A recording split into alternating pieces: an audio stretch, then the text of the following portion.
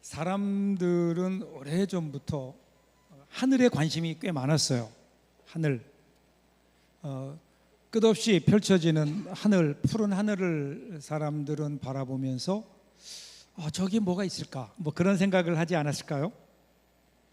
밤하늘에 끝없이 펼쳐져 있는 별들을 바라보면서 저 높은 곳에 우리와는 다른 어떤 것이 있지 않을까? 여기에 대한 어떤 호기심, 관심이 있었죠.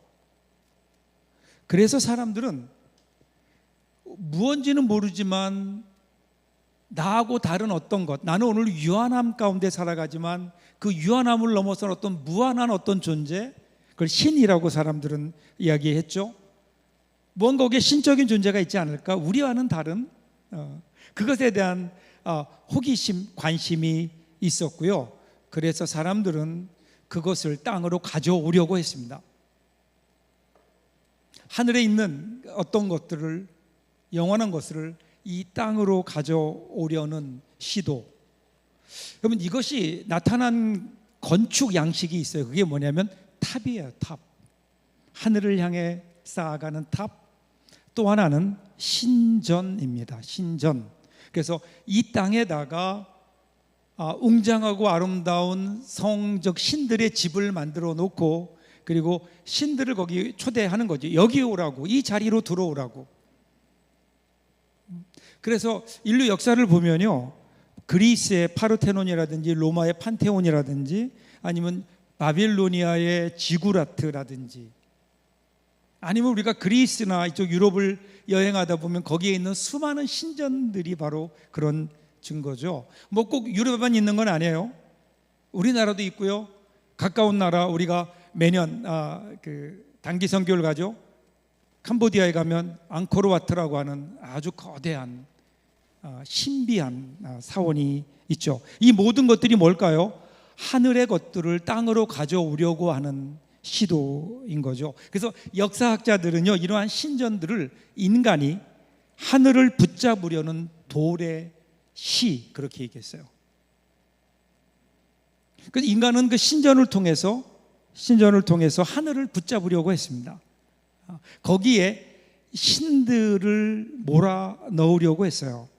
어쩌면 우리 인간들이 가지고 있는 우리의 유한함과 약함에 대한 반증이기도 하죠. 그 가운데 무언가 완전하고 영원한 어떤 것을 붙잡기를 원하는 마음, 그것이 신전으로 나타나죠. 신전. 성경에도 보면 이러한 하나님의 집이라고 하는 성전이 나오죠. 성전은 근본적으로 신전과는 달라요. 성전은 인간이 신을 가두려고 하는 것이라면, 성경에 나오는 성전은 하나님이 스스로 만드셨어요. 하나님이 스스로 거기에 이름을 두시고, 그리고 하나님의 사람들과 만나기를 원하는 하나님의 열정이 있는 곳, 그게 성전인 거예요. 그래서 오늘 우리가 읽은 말씀 중에도 보면 18절에서 이렇게 얘기해요. 솔로몬이 이 성전을 봉헌하면서 이렇게 얘기해요. 하늘과 하늘들의 하늘이라도 주를 용납하지 못하겠거든 하물며 내가 건축한 이 성전이오리까. 이 성전이라고 하는 것은 여기에 하나님을 담을 수 있는 게 아니라는 거예요. 오히려 그것은 하나님의 약속이고 하나님께서 이루어 가시는, 그 성전은 신전과 같이 무언가 인간이 신을 올려다보는 어떤 노력에 대한 흔적이 아니라 오히려 하나님께서 먼저 우리 가운데 내려오신 사랑과 은혜의 표지, 이것이 성전이라는 거예요. 자, 오늘 안타까운 것은 오늘 예수를 믿는 우리들조차도 사실은 우리의 신앙의 자리를 보면 신전일 때가 많다는 거예요. 하나님께서 우리에게 원하시는 건 성전을 지으라고 하셨는데, 오늘 우리는 우리만의 신전을 짓고 있는 것은 아닌가. 한번 이러한 질문들을 가지고 오늘 말씀을 통해서 다시 한번 우리의 삶의 신앙의 자리를 돌아보고 하나님이 원하시는 그러한 성전을 함께 지어가는 오늘 귀한 은혜가 있는 이 시간 될 수 있기를 주님의 이름으로 축복합니다. 자, 먼저 12절 13절 보세요. 이제 솔로몬이 성전을 지은 다음에 첫 번째 나오는 장면이에요. 12절 13절 솔로몬이 여호와의 제단 앞에서 이스라엘의 모든 회중과 마주서서 그의 손을 펴니라. 솔로몬이 일찍이 노스로 대를 만들었으니 길이가 5규빗이요 너비가 5규빗이요 높이가 3규빗이라. 뜰 가운데에 두었더니 그가 그 위에 서서 이스라엘의 모든 회중 앞에서 무릎을 꿇고 하늘을 향하여 손을 펴고. 오늘은 자막이 안 나오네요. 계속 안 나올 건가요? 대답을 해보세요. 계속 안 나오면 제가 잘 읽어야 되고요. 알겠습니다. 꼭 3부 예배 때만 그런 것 같아요. 기도 많이 하셔야 돼요. 솔로몬이 이제 성전을 완성했어요. 보통 성전을 완성하면 뭔가 일을 마치면 그러면 그 일에 대한 자랑이 나오잖아요. 그죠? 성전을 지었다, 어떤 위대한 건물을 지었다 그러면 고대 국가에서는 왕의 치적 중에 가장 큰 일들이거든요. 그런데 지금 솔로몬의 모습을 보면 그 업적을 자랑하지 않아요. 오히려 모든 백성이 지켜보는 가운데 그 성전 앞에 엎드립니다. 그리고 손을 들어요. 그리고 그의 손을 보니까 손이 펴져 있어요. 그의 손이 편손이에요. 손을 펴고 하늘을 향해, 성전을 향해 손을 들고 있는 모습. 왜 그런 줄 아세요? 그 성전을 지었거든요. 신전이 아닌 거예요. 신전이었다면 자기의 업적과 그리고 자기의 했던 일들을 자랑했겠죠. 근데 성전 앞이었기 때문에, 하나님 앞이었기 때문에 그는 하나님 앞에 한낱 피조물로 엎드립니다. 겸손하게 엎드려요. 그리고 하늘을 향하여 손을 들고 그의 손을 펴요. 여러분, 이 손을 폈다라고 하는데 한번 여러분의 초점을 더 보세요. 손을 편다는 것, 이거 무슨 의미일까요? 나는 아무것도 가진 게 없다는 거예요. 내가 이룬 일이 아니라는 거예요. 이 모든 일은 하나님께서 이루셨다고 하는 그러한 고백이죠. 오늘 우리에게도 이런 손이 필요하지 않을까요? 하나님 앞에, 특별히 하나님 앞에 손을 펴는 것. 많은 경우에 우리는요, 손을 쥐죠. 꽉 쥐죠. 그리고 주먹을 줘요. 힘을 줘서 손을 움켜줘요. 왜 그럴까요? 그래야 뭔가 있어 보여요. 그래야 뭔가 내가 잡을 것 같아요. 그러니까 우리는 항상 우리의 손을 움켜쥐려고 해요. 무언가를 움켜쥐려고 해요. 그래서 쥐었다고 생각했는데 어느 순간 보면 다 빠져나가 버렸어요. 그래서 항상 우리의 손은 꽉 쥐어 있는 건 아닐까. 여러분의 손을 보세요. 아니, 지금 그 손 말고 마음의 손이요. 나는 과연 내 손을 펴고 사는가, 아니면 주먹을 꽉 쥐고 사는가. 주먹을 움켜쥐면, 우리의 손을 움켜쥐면, 그럼 그 다음에 이걸로 뭐 할 수 있을까요? 싸움밖에 없어요. 주먹을 꽉 쥐고 손을 움켜쥐고 할 수 있는 건, 잘할 수 있는 건 싸움밖에 없어요. 그러니까 많은 사람들이 움켜쥐고 서로 움켜쥐겠다고 주먹을 쥐고 서로를 향해서 주먹을 뻗고 있잖아요. 여러분, 움켜쥐고 사는 것, 그러면 뭔가를 많이 얻을 것 같은데, 근데 여러분 가만히 생각해 보세요. 내가 움켜쥐었기 때문에 얻지 못하는 것들이 훨씬 더 많지 않나요? 손을 한번 펴보시라고요. 펴면 그러면 우리가 잡을 게 많이 있어요. 하나님 앞에서 우리의 손을 펼 때 그 편손에 하나님의 은혜가 흐르게 되거든요. 근데 우리 주먹을 쥐고 있다 보니까, 손을 펴지 못하니까 하나님의 은혜를 우리들이 쥘 여유가 없는, 움켜쥐는 것이 행복이 아니에요. 손을 펴야 행복이에요. 손을 펴야 악수라도 할 수 있죠. 우리의 손이 편손이 되어야 다른 사람들의 손을 잡고 그동안 우리가 알지 못했던 새로운 것들을 우리들이 잡을 수 있지 않을까요? 그래야 우리가 하나님의 손을 잡을 수 있지 않을까요? 근데 오늘 내가 무엇인지도 모르는 채 그냥 꽉 잡고 있다 보니까 한 번도 내 손을 펴지 못하니까 내가 쥔 것만 가지고 살아가는. 근데 그것도 어느 순간 보니까 사실은 나는 쥐었다고 생각했는데 아무것도 없는. 손을 한번 펴보세요. 그러면 사랑하는 사람의 손을 잡을 수도 있고요. 그동안 내가 누리지 못했던 새로운 것들을 우리 손에 경험해 볼 수 있지 않을까요? 하나님은 손을 편 사람을 통해서 하나님의 일을 이루시고 이 땅에 하나님의 성전을 이루어 가시는 거예요. 그러기에 오늘 우리가 하나님의 성전으로 살아가는 첫 번째는 우리의 손을 펴는 거예요. 우리의 마음을 여는 거예요. 자, 두 번째 보세요. 14절 보면 이렇게 고백해요. 이르되 이스라엘의 하나님 여호와여, 천지에 주와 같은 신이 없나이다. 주께서는 온 마음으로 주의 앞에서 행하는 주의 종들에게 언약을 지키시고 은혜를 베푸시나이다. 뭐라고 고백하는가 하면 천지에 주와 같은 분이 없으시대요. 이것은 비교급이 아니에요. 다른 신들과 비교해 보니까 그 중에 하나님이 가장 유니크하다, 독특하다, 그런 의미가 아니에요. 이 세상에 하나님 한 분밖에 안 계신다는 거예요. 근데 그 하나님이 어떤 하나님인 줄 아세요? 그 하나님이 언약의 하나님이신 거예요. 주의 종들에게 언약을 지키시고 은혜를 베푸시는 하나님. 언약을 지킨다고 하는 것은요, 단순히 어떤 규칙을 이행한다 이런 말이 아니에요. 관계를, 그 일을 끝까지 품고 그 일을 이루신다라는 거예요. 여러분, 부모가요, 우리 부모님들이 자녀의 관계에서 포기하지 않잖아요. 자녀가 좀 잘못됐다고 해서 그 자녀를 포기하는 부모는 없어요. 어떻게든 그 자녀를 올바른 길로 인도하잖아요. 어떻게든 그 자녀를 회복시키잖아요. 이것이 부모의 마음이듯이 하나님께서도 그와 같이 언약을 지키신다, 우리를 사랑하셔서 결국은 하나님의 뜻대로 우리를 이루어 가시고 우리를 회복시키시고 우리를 이끌어 가신다, 끝까지 우리를 포기하지 않으신다라고 하는 것에 대한 분명한 믿음이에요. 근데 그것은, 그렇게 하시는 이유는 우리가 그만큼 가치가 있어서가 아니라 하나님의 신실하심이에요. 하나님의 은혜예요. 하나님의 사랑이에요. 하나님이 우리를 사랑하셔서 끝까지 우리를 놓지 않으신다는 거예요. 그러면서 15절에서 이렇게 얘기해요. 주께서 주의 종 내 아버지 다윗에게 허락하신 말씀을 지키시되 주의 입으로 말씀하신 것을 손으로 이루심이 오늘과 같으니이다. 보세요. 하나님이 어떤 분인가, 언약을 어떻게 하시냐면요, 주의 입으로 말씀하신 것을 손으로 이루신다라는 거예요.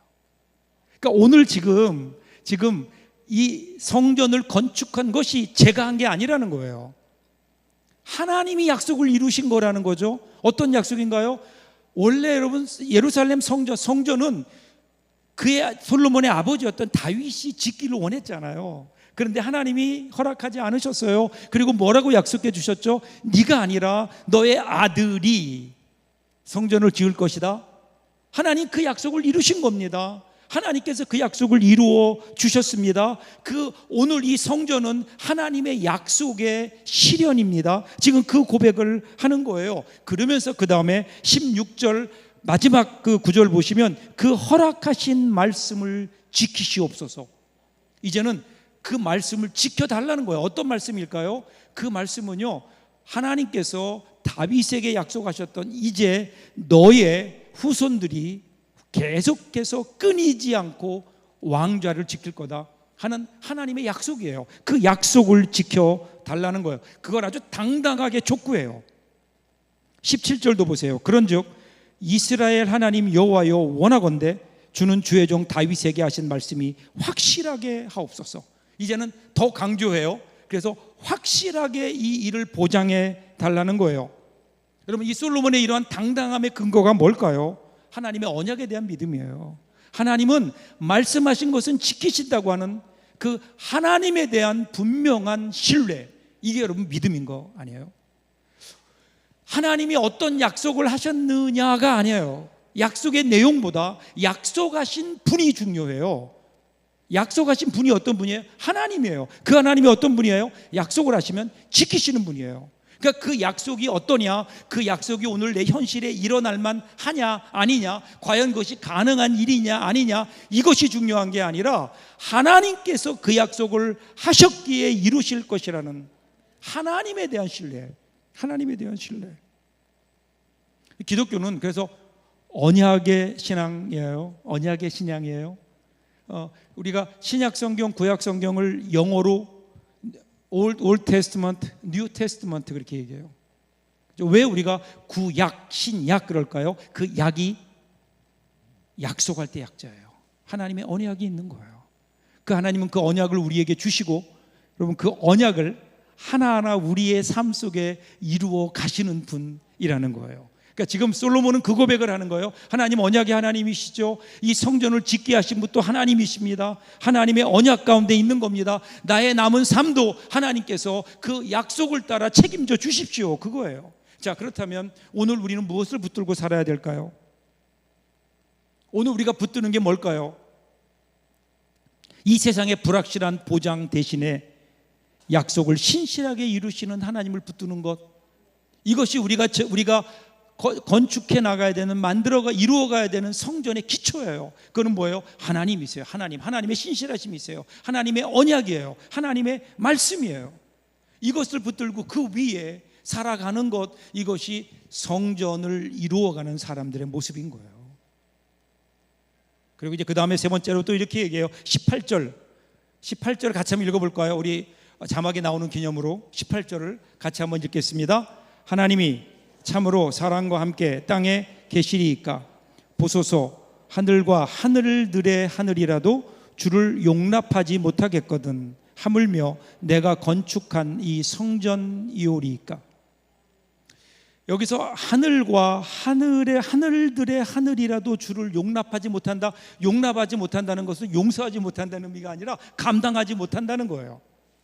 그러니까 솔로몬이 이 성전을 지었어요. 성전을 지으면서 하나님께 그 성전을 봉헌하면서 뭐라고 얘기하는가 하면, 하나님 내가 짓느라고 이 성전을 지었는데, 그런데 하나님이 여기에 어떻게 오시겠습니까? 그 얘기하는 거예요. 하나님이 어떤 분인데요? 온 우주를 지으신 하나님, 하늘을 머리 삼으시고 땅을 발등상으로 삼으시는 그 하나님, 온 우주를 창조하신 하나님이 내가 지금 여기에 조그맣게 이렇게 아름답게 뭘 만들었다고 여기에 하나님이 계시게 할 수 있겠느냐는 거예요. 성전은 그런 게 아니에요. 성전은 하나님을 담는 그릇이 아니에요. 하늘조차 하나님을 담지 못하는데 이 조그마한 그릇에 어떻게 하나님을 담을 수 있겠는가? 여러분, 하나님은 크신 분 아니에요? 하나님은 우리가 생각하는 우리의 생각에 하나님을 담을 수 있다면 하나님은 아니에요. 나의 계산 속에 하나님을 담을 수 있다면 그분이 하나님이실까요? 내가 할 수 있는 일에만 오시는 하나님이라면 그 하나님이 정말 하나님이실까요? 아니잖아요. 솔로몬의 고백이 우리에게 있어야 돼요. 성전이 성전되기 위해서, 우리 삶이 성전되기 위해서 고백해야 되는 것은 하나님 내 틀 안에 하나님을 가두려고 해서는 안 된다는 거예요. 근데 우리는 자꾸만 우리 생각 가운데 하나님을 우리의 틀 안에 가두려고 해요. 우리의 생각 안에 내가 원하는 방식, 내가 기대하는 시간표, 내가 이해할 수 있는 한계 안에서 하나님을 우리들은 이해하려고 하고, 하나님이 그렇게 해 주시기만을 우리가 혹시 하나님 앞에 강요하고 있는 것은 아닐까? 하나님은 이렇게 작은 상자 안에 거하시는 하나님이 아니시잖아요. 그분은 우리가 생각하는 것보다 훨씬 크세요. 그분이 계획하는 것은 우리의 계획과는 비교할 수도 없어요. 그런데 우리가 이런 하나님, 이 크신 하나님을 경험하지 못하고 이 하나님의 놀라운 그 계획 속에 살아가지 못하는 이유는 뭘까요? 자꾸만 우리는 하나님을 끌어내려요. 그래서 내 생각에 맞추려고 해요. 나의 환경 속에 맞추려고 해요. 내 욕심 속에 하나님을 가두려고 해요. 내 욕심대로 하나님이 그렇게 해주셨으면 좋겠어요. 그러다 보니까 어떤 일이 일어나냐, 하나님의 크고 놀라운 일들을 우리가 경험하지 못하는 거예요. 그냥 내 능력 안에서만 보는 거예요.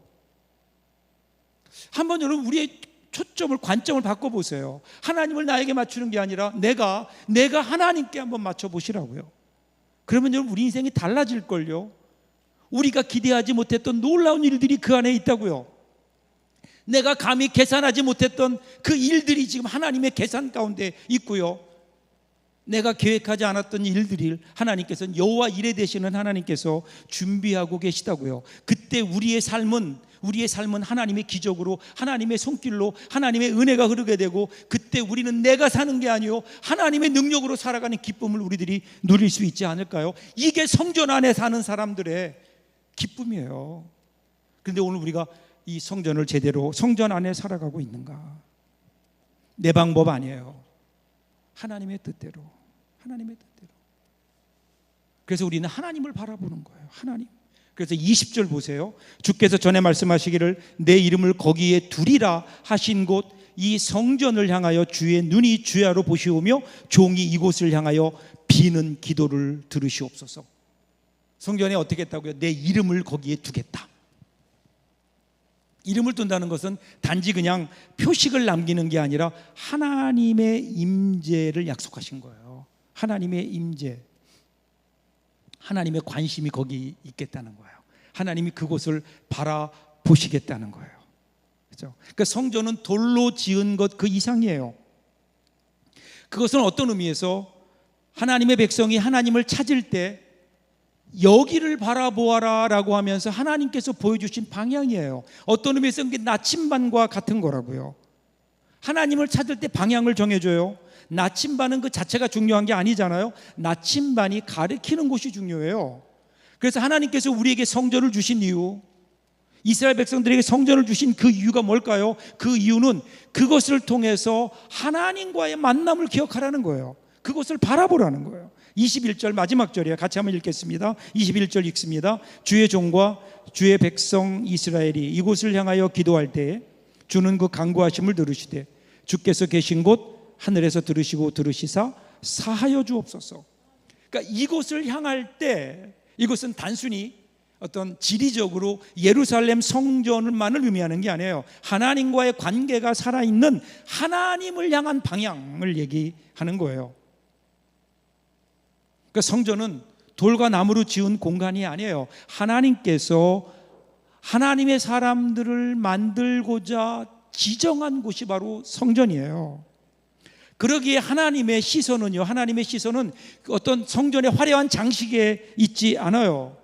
사람에게 있다고요. 그 안에서 무릎 꿇고 기도하는 한 사람에게 하나님은 관심을 가지고 계시고 하나님의 시선이 그곳으로 향한다는 거예요.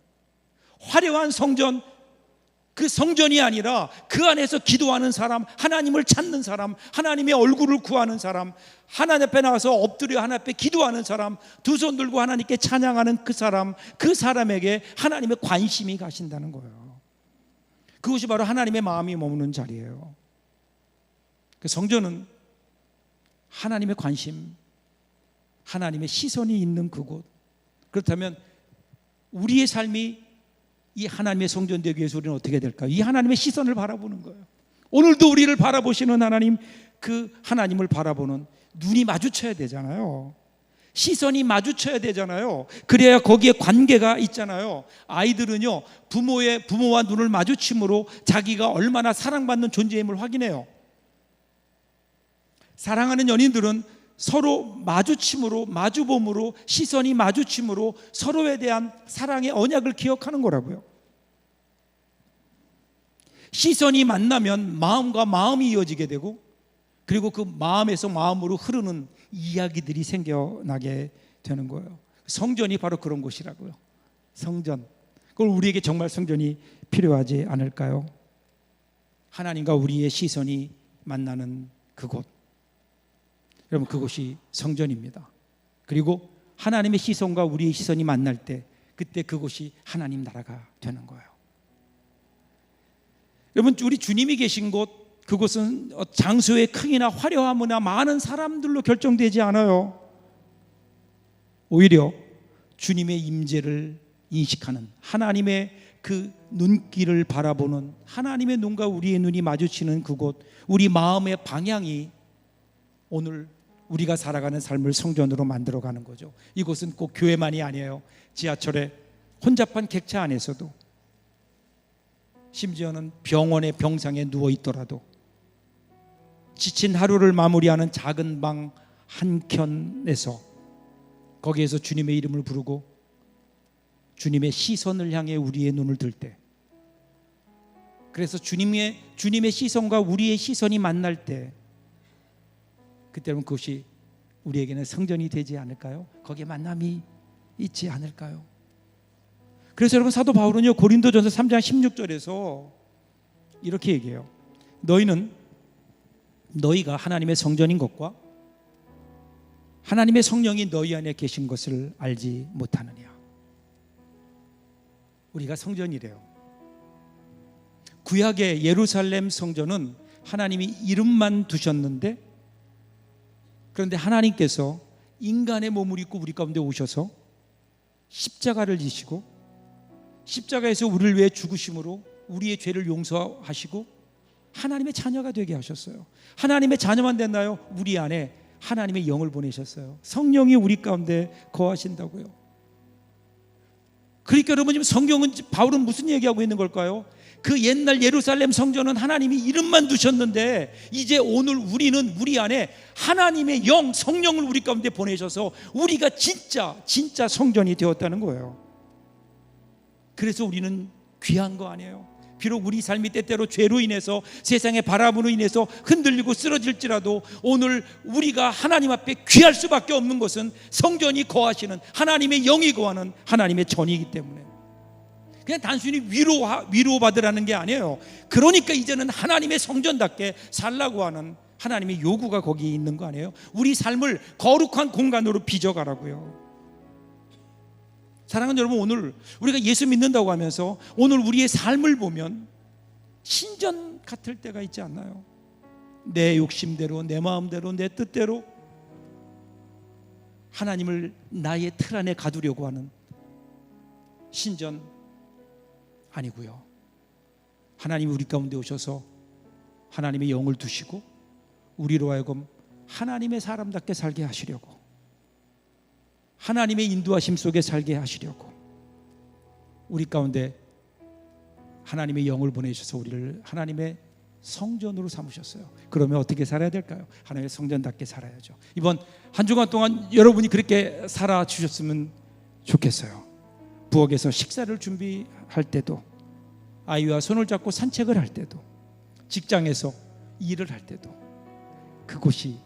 그곳에서 하나님과의 시선을 마주치며 그곳이 성전이 되고 하나님의 나라가 되고 거기에 기쁨이 있는 그런 복된 삶을 살 수 있다면 얼마나 좋을까요? 사랑하는 여러분, 이번 한 주간 동안도 하나님이 거룩히 구별하여 세우신 하나님의 성전으로 살아주십시오.